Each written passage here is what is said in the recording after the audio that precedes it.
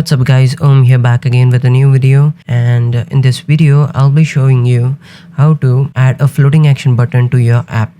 Now this is going to be a basic introduction to floating action buttons, so there will not be any advanced concepts in here, but just a basic push to get to know the floating action button. So basically, as you can see, we've got an app which has a void main which runs my app, and my app is a stateless widget, and it returns a material app in which there's scaffold, and then there's the main app which is a stateful widget, and blah blah blah.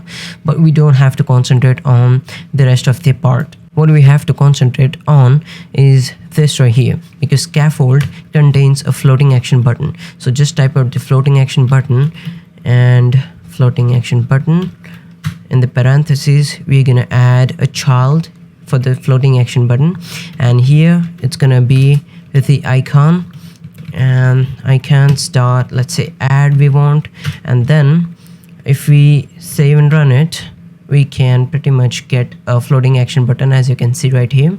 But if we want, we can also taper with the background color property. We can change the background color. Let's say I'm gonna change it to orange, like that. As you can see, it will now change to orange. So it changed to orange. You can also change the foreground color. Let's say if you want to change the color of this plus icon, we can change it with the foreground color property, black. Okay, kind of like that. Can you see that? Okay, fine. Next step is we can change the elevation, like that. We can set it accepts integer value, so basically we can set any value, any integer value. So I'm just going to set it to 20. Now keep an observation on this shadow right here. This is going to change 21 and go. Okay, can you see that? It basically changes the shadow. Okay, so if you want, you can go more deeper into this. This has many properties like on pressed events and all.